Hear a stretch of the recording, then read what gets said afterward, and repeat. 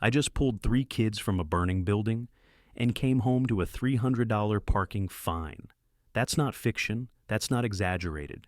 That's exactly what happened to Daniel Foster, a firefighter who risked his life to save a family, only to be punished by his neighborhood's HOA for where he parked his truck while doing it. This is the story of what happens when blind authority collides with human decency, a battle between petty power and real courage. A case where doing the right thing became a punishable offense, and one man refused to let that stand. Daniel Foster didn't ask to be a symbol, he just wanted to sleep. After a brutal 24-hour shift, his uniform still soaked with sweat and smoke, Daniel pulled into his driveway. The sun hadn't even fully risen. His boots ached, his eyes burned. His throat was still raw from shouting through a mask in a burning stairwell. He had just come from a fire that nearly killed an entire family. He had carried out 2 children and their grandmother himself alive, scared, but safe. And now, all he wanted was to rest. Instead, something was taped to his front door. He stepped out of the truck and froze. There it was, a white envelope, neat, centered, 4 pieces of tape. Not fluttering in the wind, not accidental, deliberate. He pulled it down, opened it, and read, $300 fine unauthorized street parking. Violation to Section 4. Paragraph B. 4. No overnight street parking of non-resident vehicles or service trucks. Issued by Karen Mitchell, HOA President. Daniel blinked, then read it again. And again.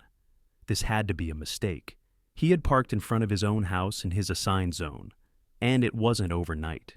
He had been gone at a fire. He muttered, "This can't be real." But then the name at the bottom of the notice clicked into place, Karen Mitchell. Of course it was. Karen, the HOA president, the woman who treated rules like commandments, who once fined a neighbor for putting up holiday lights too early. Daniel clenched the paper in his fist. He hadn't even taken off his boots yet, and already the fight had come home. And then, as if summoned by the sound of injustice, her voice rang out across the yard. "I see you got my notice." Daniel turned to see Karen Mitchell, HOA president and neighborhood tyrant, standing smugly on her porch in a pastel power suit at 6:15 in the morning. Her arms were crossed, one foot tapping lightly like she was waiting for him to thank her. "Karen?" Daniel's voice was gravel raw from smoke and disbelief. "I just got back from saving a family from a 3-alarm fire." Karen gave a tight-lipped smile. "And I truly respect that. But we can't have people breaking the rules, Daniel. I parked in front of my house for less than an hour to respond to an emergency. And I filed the violation immediately," she said, as if it were something noble. "The board can't show favoritism. Otherwise, what kind of precedent does that set?" Daniel stared at her. "A precedent that common sense still exists," he said, jaw clenched. But Karen wasn't moved. Her smile stayed fixed in place, smug, polished, and cold. "Rules are rules," she said simply. "We can't start bending them just because someone thinks their job is more important than everyone else's." Daniel took a step forward, exhaustion gone, his blood rising. "I don't think my job is more important than anyone else's, Karen. But I know pulling kids out of burning buildings is more important than a technicality about where I left my truck." She tilted her head slightly. "If we allowed everyone to park however they wanted, the streets would be chaos. You understand? You want to talk about chaos," Daniel said, his voice low. "Try walking blind through a hallway filled with flame while a ceiling is collapsing over your head." Karen blinked but didn't break. "The proper channels are available," she said. "If you wish to dispute the fine, you can submit a written appeal. The HOA meets on the 14th. "I'll be there," Daniel said sharply. "And you better believe I'm not coming alone." "Wonderful," she replied, voice syrupy sweet. Looking forward to it. He stood there for a long moment after she vanished back into her house, her door closing like a gavel. Daniel looked back down at the fine. He crushed the paper in his hand. Not because of the money, not because of the parking rule, but because it said loud and clear that doing the right thing didn't matter here, only control did. That night Daniel couldn't sleep, not from the usual nightmares, smoke screams, flashing lights, but because of her. The fine wasn't just a slap in the face, it was a warning shot. And Daniel Foster had never been one to ignore a fire when it started small. He sat down at his kitchen table, turned on the light, and began writing. Not an appeal, not a letter, but a statement. To the HOA, to his neighbors, to anyone still pretending that blind enforcement was justice. You want rules, he would say at the meeting. Then let's talk about the rule that says no firefighter should be punished for saving lives. There's something about fire that strips away everything that doesn't matter. It doesn't care about status. It doesn't care about regulations, lawn height, or HOA bylaws. It devours what's in front of it without mercy. And for Daniel Foster, that raw indifference made more sense than anything Karen Mitchell had ever said. The next morning, Daniel was still running on fumes. He hadn't slept. His muscles screamed with exhaustion, but his mind wouldn't shut down. His fists kept replaying the moment he crumpled that fine. His jaw clenched every time he heard Karen's voice echo in his memory. Rules are rules. At 6:37 a.m., his phone buzzed. Station 4, emergency dispatch, structure fire, apartment complex, residents inside, units 4B, 4D rescue, 4 engine 4, roll out immediately. Daniel didn't think. He didn't hesitate. His boots hit the floor, and he moved like a man pulled forward by something bigger than himself. By the time he arrived at the scene, black smoke already curled into the morning sky like an omen. A 3-story apartment complex, older wood-framed, poorly insulated, was fully involved. Residents stood in their pajamas on the sidewalk, coughing, crying, clutching pets and children. A woman screamed that her mother and her twins were still inside, trapped on the 3rd floor. Daniel's captain barked orders, and the crew surged into action. There was no time to assess, no time to plan. Daniel grabbed his axe, his air tank already hissing on his back, and rushed toward the stairs. Inside, the heat hit like a freight train. Walls cracked, ceilings moaned, smoke swallowed everything. But somewhere above, he heard the sound that had haunted him for years, the unmistakable cry of a child in danger. And that was all it took. He pushed through the hallway, boots squelching against waterlogged carpet flames, licking at the ceiling. He burst into the apartment just as the wallpaper curled from the heat. In the corner, a grandmother crouched over 2 crying children, shielding them with her frail body. "Fire department!" Daniel shouted through the mask. "I've got you! Let's go!" She looked up with tear-streaked eyes, trembling but alive. He lifted both children into his arms, motioned for her to grab his jacket, and began the slow, dangerous retreat. The way back was worse. A ceiling beam crashed just inches behind them. His air was running low. The hallway glowed orange with flame. But he didn't stop. He couldn't. When they reached the balcony, he saw the ladder already extended below. One of his teammates waved from the ground, guiding them down. He lowered the kids, first one in each arm, then turned back and pulled the grandmother close, descending slowly each rung, burning through the last of his strength. They made it. Alive. Safe. And as Daniel stumbled onto the grass, pulling off his helmet, the crowd burst into spontaneous applause. Not loud, not forced. Just the kind of sound a community makes when it sees something true. Something human. It was only then, as the adrenaline faded, that Daniel noticed something. His fire truck, his personal duty unit, was still parked at the curb in front of his house. The fire had broken out so fast, he hadn't had time to move it. He'd jumped in sirens wailing and gone straight to the scene. A small voice inside him whispered, "What are the odds?" Karen's already noticed. He didn't have to wonder long. Hours later, Daniel pulled into his driveway once more. Same uniform, different fire. Same ache in his bones. Same soot in his lungs. He stepped out of the truck and froze.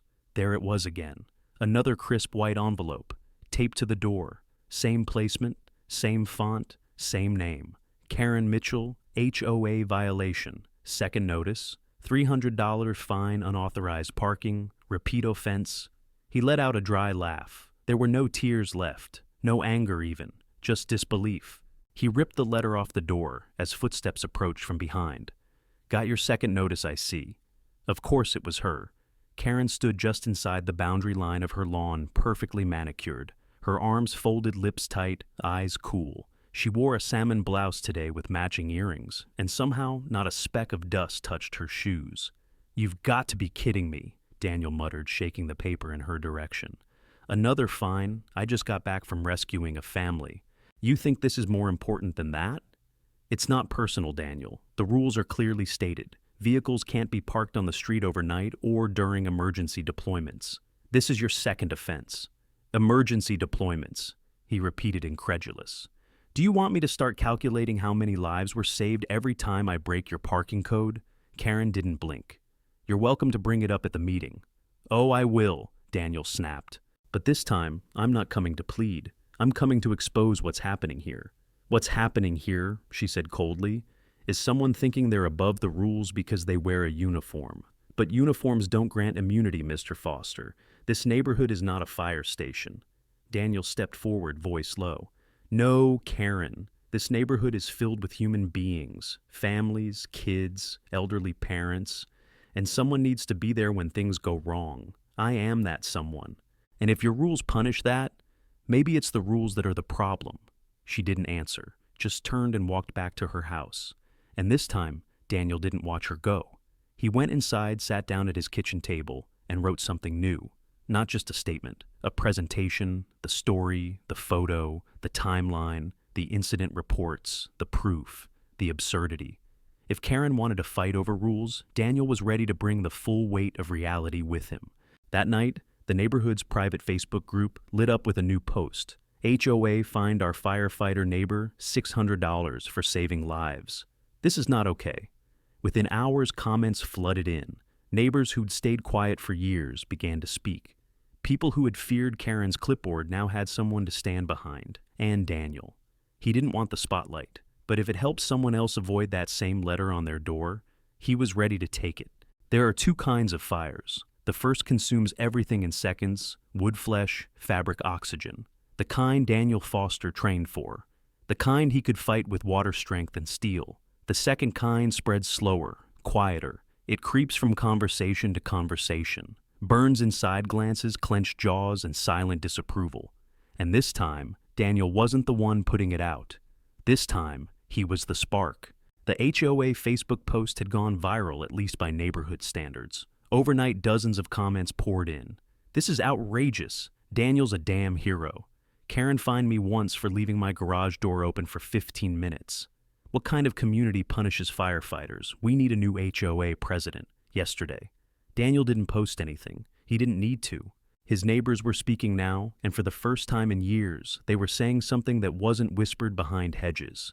By mid-morning, the post had over 80 comments. That was 78 more than the HOA's last policy update announcement. That afternoon, Daniel stepped outside to take out the trash, something that, under Karen's rule, had a precise time window and a $75 penalty if violated.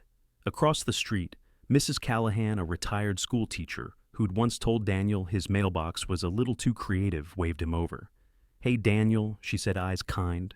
Just wanted to say, thank you. He blinked. For what? For finally standing up to her. Daniel shrugged. I didn't plan to start a rebellion. You didn't have to, she smiled. You just lit the match. By evening, more neighbors had stopped him. Tom Harris, a soft-spoken older man on the HOA board, leaned in after sunset with a hushed tone. You're not the only one she's gone after.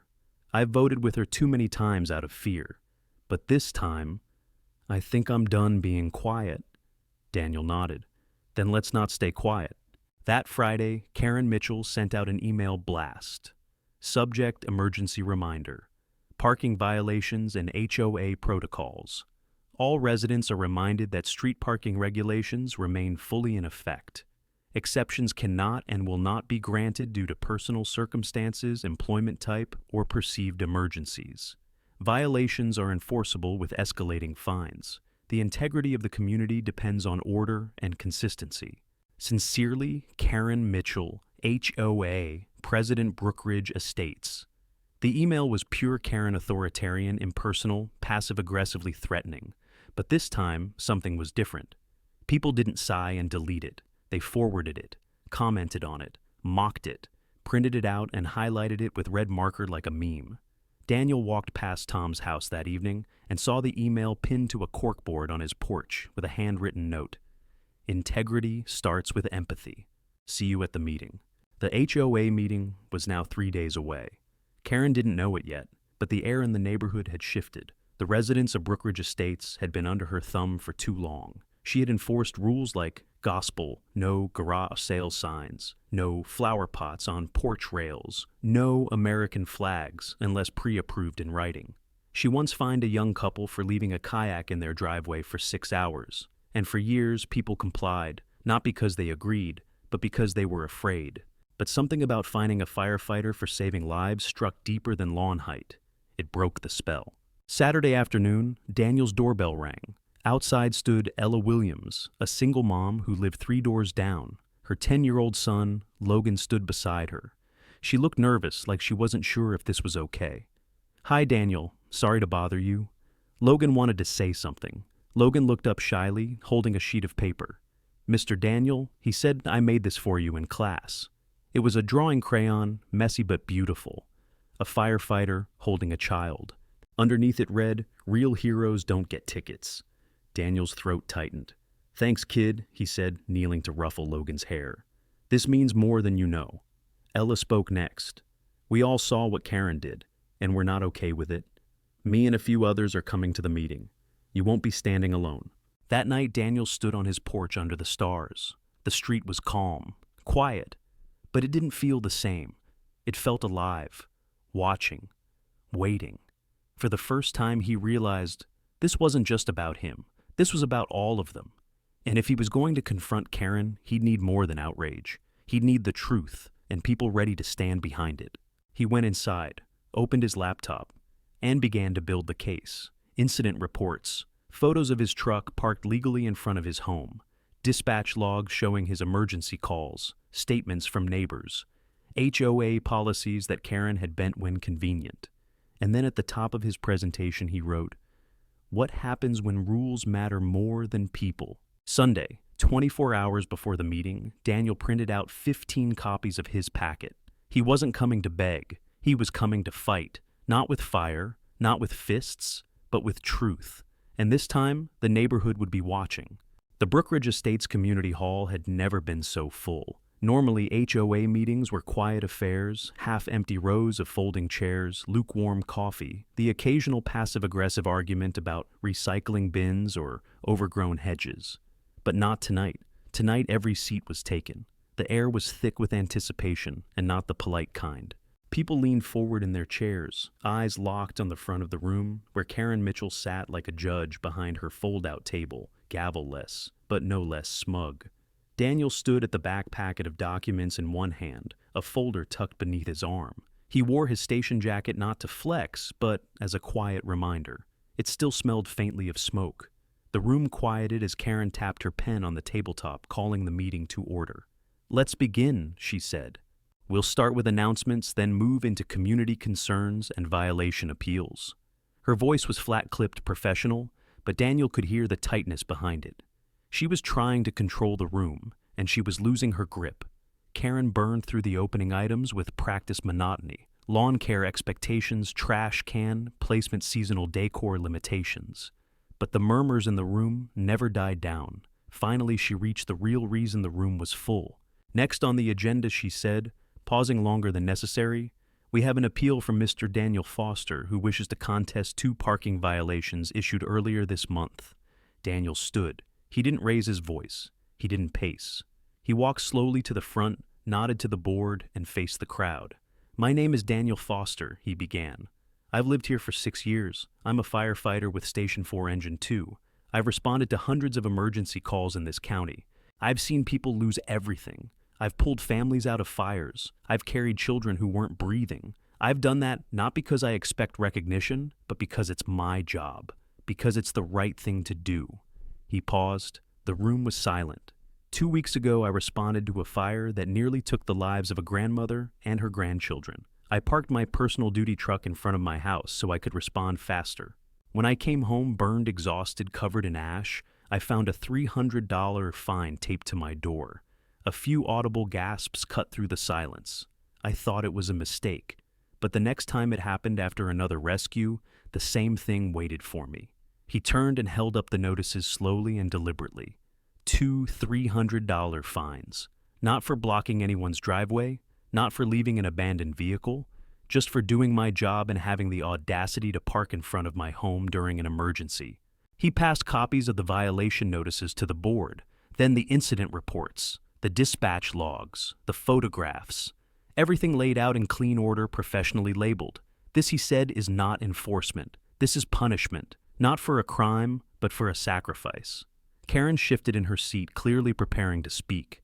Daniel turned to her before she could. "And I'm not the only one," he said. He gestured toward the crowd. "I've spoken to neighbors who've been fined for the color of their shutters, for leaving a tricycle in their front yard for a single day, for hanging an American flag without pre-approval. We've let this go on too long." Murmurs again stronger now, heads nodding, whispers becoming words. Karen spoke, voice sharp. "Mr. Foster, while we appreciate your service, the HOA regulations are very clear. No street parking overnight or during the day, regardless of profession. The board is responsible for applying those rules evenly. We cannot make special exceptions." Daniel didn't flinch. "And that's the problem. The rules have replaced reason." He turned back to the crowd. "We are not a neighborhood of robots. We are human beings. We live, we suffer, we grow. Sometimes life doesn't fit inside a printed rulebook, and when someone risks their life to protect others and comes home to a fine instead of a thank you, that's not order. That's tyranny in khakis." That line drew a ripple of quiet applause. Karen's mouth tightened. She looked to the board for backup, but none of them moved. "I propose this," Daniel said, voice now firm. "An amendment to our regulations. First responders, when actively deployed in emergencies, are exempt from street parking penalties. If proof of call is provided, no fine should be issued. That's called common sense." A man near the back stood. "Tom Harris." "I second that motion." Karen whipped her head toward him. "That's not on the agenda." Tom raised an eyebrow. "Doesn't have to be. It's a motion raised under open discussion." Daniel turned back to her. "I'm not asking you to change the rules for me. I'm asking you to change them for the next firefighter, the next EMT, the next volunteer who doesn't have time to find a parking space when minutes mean lives." Karen opened her mouth, but someone else beat her to it. Ella Williams, from 3 doors down, stood holding her son, Logan's hand. "Mr. Foster saved lives, and instead of recognizing that this HOA punished him, my son drew him a picture because he thinks Daniel's a hero. And he is." Another neighbor stood, then another, then a dozen more. The tide had turned. Daniel looked at Karen, and in her eyes he finally saw it, not annoyance, not smugness, but fear. She was losing control, and she knew it. Tom Harris leaned into his microphone. "Board members, I move to open immediate discussion and vote on Mr. Foster's proposed amendment to exempt emergency personnel from parking violations when responding to active duty." One by one, hands went up. Karen didn't vote. She didn't need to. The community had already decided. The meeting had ignited something that could no longer be contained. And for the first time in a long time, Brookridge Estates was burning with something new: clarity, conviction, change. The fire Daniel started wasn't destructive. It was purifying. And Karen Mitchell was standing in the middle of it. It wasn't just a vote.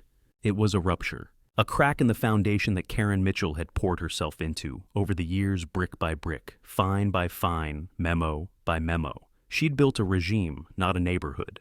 But what she hadn't counted on was what happened when someone finally stood up and didn't sit down. The night after the meeting, Daniel walked home to the sound of his neighbors clapping him on the back, shaking his hand, nodding with newfound respect.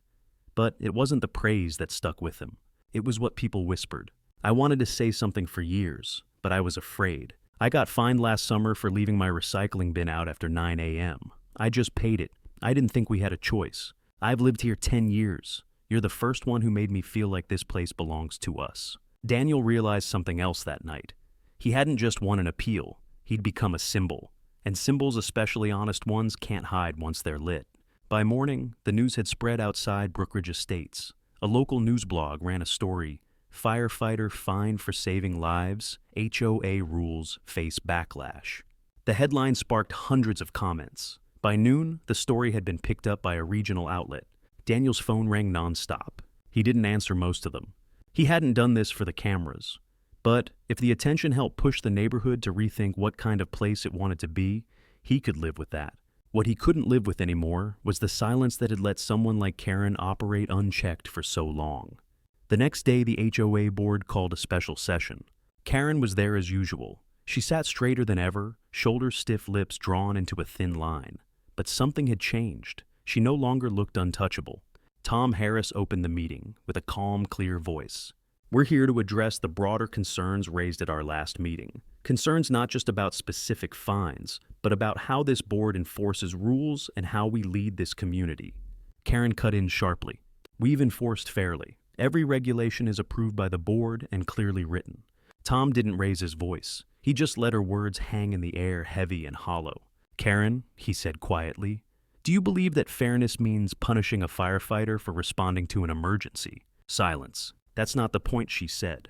It's exactly the point, said another board member, a woman named Grace. And it's not just Daniel. You've created a culture of fear. People worry more about mailbox colors than whether they know their neighbors. That's not community. That's control. Karen turned red. I've followed the bylaws to the letter. You can't fault me for enforcing the rules we agreed to. Tom nodded slowly, and now we're choosing to change them. A murmur of approval swept through the audience. Karen stood clutching her papers like a lifeline. You're throwing years of structure away. You'll regret this. Daniel stood too, calm, measured, but every word hit like a blowtorch. No one here regrets fairness. What we regret is not speaking up sooner. The only thing being thrown away tonight is the fear that's kept us silent. Karen stared at him. Her face, once unreadable, now showed everything: rage, disbelief, a flicker of panic. Tom took a breath. In light of ongoing concerns and repeated overreach, I'm calling for a board vote on the continued tenure of Karen Mitchell as HOA president. The words hit like a bell. Karen's eyes darted from face to face, searching for loyalty. It wasn't there. One by one, the votes were cast. One by one, they landed not in her favor. 5-1. Karen was out. She stood for a long moment before collecting her binder, her clipboard, her stack of perfectly formatted violation slips. This is a mistake, she muttered, but no one stopped her as she left. For the first time in years, the door to the HOA meeting room didn't close with finality. It opened, and the neighborhood breathed. Tom looked over the table then to Daniel. I think it's time we stop being just rule enforcers, he said. Let's start being neighbors again. No one applauded. No one shouted. They didn't need to. The silence said enough. Something had ended, but something better had begun. Daniel didn't go home right away. He stayed behind, helped clean up chairs, answered questions, reassured the nervous. On his way out, he passed Logan and Ella. Thanks again, Ella said softly. You didn't just change the rules. You changed the temperature of the whole place. Daniel smiled. Sometimes it just takes one spark. She grinned. Yeah, but it helps when that spark carries a fire hose. They laughed, and it felt like the first real laughter this street had heard in years. The storm was over, but the rebuilding, that was just getting started. The clipboard was gone. For the first time in 5 years, Karen Mitchell wasn't pacing the sidewalks of Brookridge Estates with her ever-present clipboard, her lips pursed, her gaze narrowed like a security camera that judged instead of watched. Her porch light, once always on, now stayed off. The lawn she obsessively trimmed had grown a little uneven, and the house that once loomed as a warning, now looked quiet, almost abandoned. Word had spread quickly after the vote. Karen was out, stripped of her role, her authority, and her platform. It didn't come with fireworks or headlines, just a calm, deliberate shift in the wind, like opening a window in a long-sealed room. But for Karen, it was everything. She filed a formal protest with the board the next morning, cited procedural issues, claimed bias, slander, personal targeting. The letter was 5 pages long, typed in 11-point Times New Roman, with numbered arguments and passive-aggressive phrasing. She signed it in blue ink and hand-delivered copies to every board member.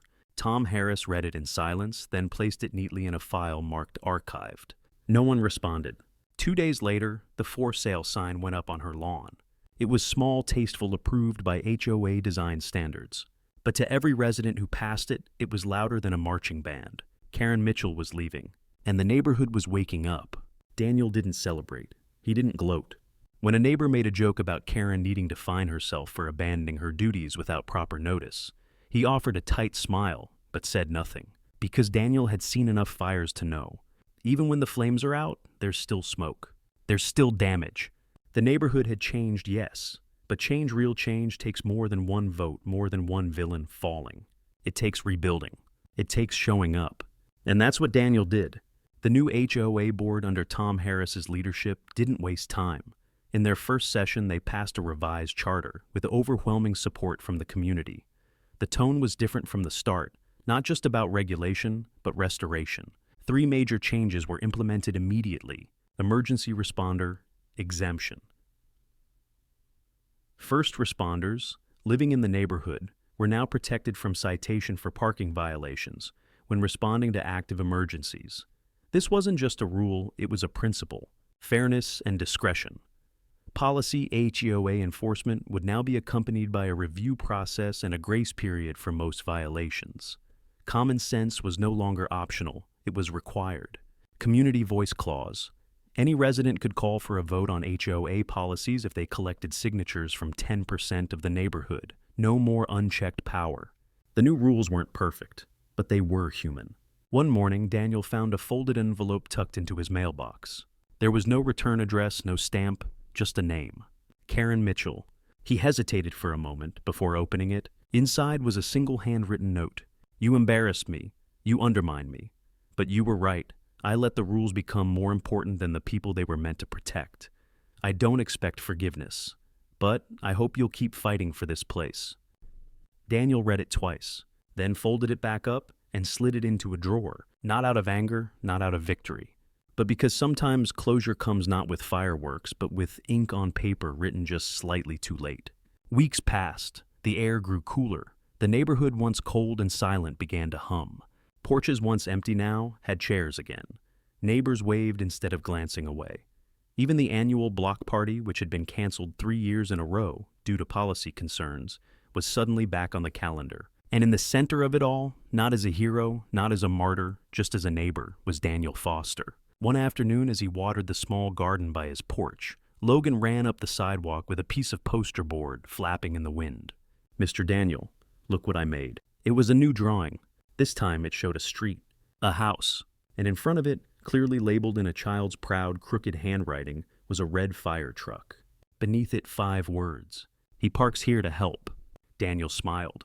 "Thanks, kid. I'll hang it right on the door." And he did, right where Karen's fines used to be taped. Change rarely comes in a roar. Sometimes it comes in quiet votes. Sometimes it comes in a child's crayon drawing. And sometimes it comes when one person says, "No, this isn't right." That person in Brookridge Estates had been a firefighter named Daniel Foster.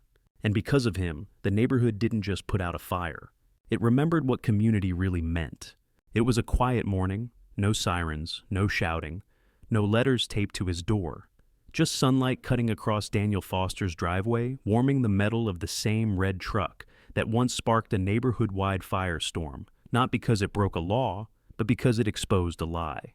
Daniel sat on his porch, coffee and hand boots off for once. He hadn't planned to become the face of a movement. He hadn't asked to be the guy who challenged an HOA president, dismantled years of micromanagement, or redefined what fairness meant in a quiet suburban street. All he wanted at the beginning was to do his job without being punished for it. But sometimes, when the fire starts, you don't choose to stand in it. You just don't walk away. 3 weeks had passed since Karen Mitchell left Brookridge Estates. Her house sold quickly. Cash buyer, out of state. She didn't say goodbye to anyone. No one expected her to. But her absence wasn't just felt in the empty driveway or the lack of clipboard patrols. It was felt in how the neighborhood changed. The shift was subtle at first. Trash bins left out an extra hour didn't result in fines. A new neighbor painted their front door blue, technically against the old HOA palette, and no one complained. Someone even installed a little free library box near the walking trail. A year ago, Karen would have shut it down before the cement dried. Now, the books were always gone within days. Daniel's name had started floating in local press. A story about a firefighter who stood up to bureaucracy. A few podcasts reached out. One city council member emailed him about a possible community leadership role. He declined kindly. That wasn't why he had done any of this. But what mattered more than all the headlines came in small envelopes slipped into his mailbox without fanfare. Thank you notes. Dozens of them. From neighbors, from parents, from former strangers. Handwritten, typed, printed on cards with doodles in the margins. Some were signed with initials only. Others came from kids who didn't even live on his street. One simply read, "You reminded us we could speak." The new HOA board under Tom Harris continued making changes. More inclusive, more reasonable, more human. They invited Daniel to speak at the annual meeting, not as a board member, but as a guest. He kept his words simple. He didn't tell the whole story. He didn't mention Karen by name. He just said, "This rules matter, but people matter more. If you ever have to choose between following a policy and doing what's right, choose right and stand your ground, even if you're standing alone, because someone will see you. And maybe, just maybe they'll stand with you next time." The room stayed silent for a moment. Then came the applause. Not polite, not scripted. Earned. As he walked back to his truck that evening, Daniel noticed something taped to the passenger side mirror. For a heartbeat, his chest tightened. An old instinct. But when he peeled it off, it wasn't a violation notice. It was a laminated certificate. Brookridge HOA Recognition of Service presented to Daniel Foster for exceptional dedication, bravery, and service to the community, both on and off duty. He smiled, folded it carefully, and placed it on the dashboard. Weeks turned into months. Spring arrived. Daniel's garden, once ignored under HOA scrutiny, was now featured in the community newsletter as an example of functional landscaping. He laughed when he saw it. Logan, the boy with the crayon drawings, visited every Saturday to help him water the plants. Sometimes they didn't water anything, they just talked. One afternoon, Logan asked, "Do you think Karen was evil?" Daniel paused. "No," he said slowly. "I think she was scared of losing control. And when people get scared sometimes, they hold on to the wrong things." Logan thought about that, then nodded like he understood more than most adults would. "But you didn't get scared." Daniel chuckled. "I was scared plenty. I just didn't stop." As the sun set behind the houses of Brookridge Estates, casting long shadows across the pavement, Daniel stood in his driveway one last time that day. He looked down the street, calm, quiet, familiar, and yet different. It wasn't perfect, it wasn't polished, but it felt real now. It felt like home. He took a slow breath, hands in his pockets, and said aloud to no one in particular, and maybe to everyone, "You can find me. You can shame me. You can call it disorder when someone chooses to act with compassion. But if doing the right thing means breaking the wrong rule, then I'll break it every time, and I won't apologize." He smiled to himself, opened the front door, and walked inside. Behind him, the red truck sat at the curb right where it belonged. And this time, no one said a word, because now they understood. He wasn't parked there to break a rule. He was parked there to protect them. And he always would be. As the sun set behind the houses of Brookridge Estates, casting long shadows across the pavement, Daniel stood in his driveway one last time that day. He looked down the street, calm, quiet, familiar, and yet different. It wasn't perfect. It wasn't polished. But it felt real now. It felt like home. He took a slow breath, hands in his pockets, and said aloud to no one in particular, and maybe to everyone, "You can find me. You can shame me. You can call it disorder when someone chooses to act with compassion. But if doing the right thing means breaking the wrong rule, then I'll break it every time. And I won't apologize."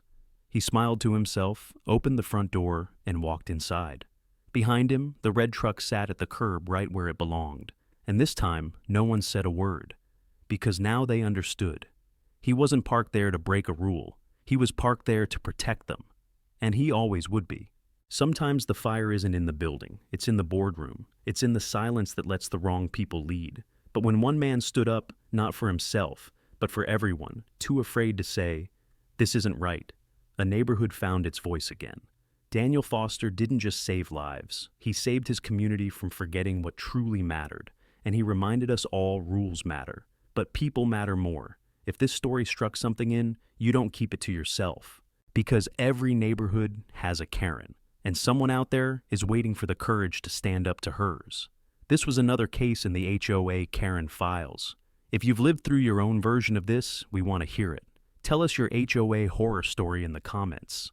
And if you haven't subscribed yet, now's the time. Because stories like this, they're just getting started.